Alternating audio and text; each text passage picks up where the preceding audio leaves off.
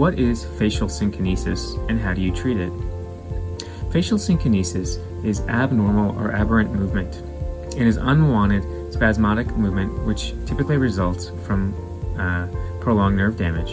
In the case of patients with facial paralysis from Bell's palsy or Ramsay-Hunt syndrome or other causes, if they do not have recovery within several months, we typically notice that they may have side effects of this synkinesis.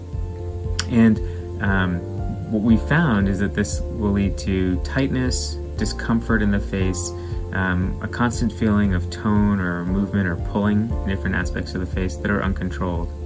Some of the more common forms of synkinesis include oral ocular synkinesis, in which when you move your mouth, your eye will shut, or vice versa, such as when you're blinking or raising your eyebrow, the corner of your mouth on that side will also pull up. We also notice that patients feel tightness or constant tone or pulling in their midface, along their cheek, and in their neck. Some patients may also develop dimpling in their chin on the affected side. Now, how do you treat synkinesis? Well, the first recommendation is typically some form of physical therapy. This can be done with a physical therapist, an occupational therapist, or a speech therapist, which should be done by someone who is trained specifically in managing facial paralysis.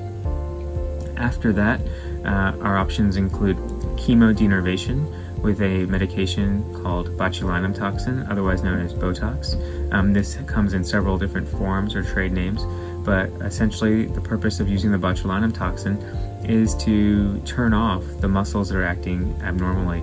Now, this is not a permanent fix, and it does wear off after 2 to 3 months of time, depending on the location and the amount that was treated.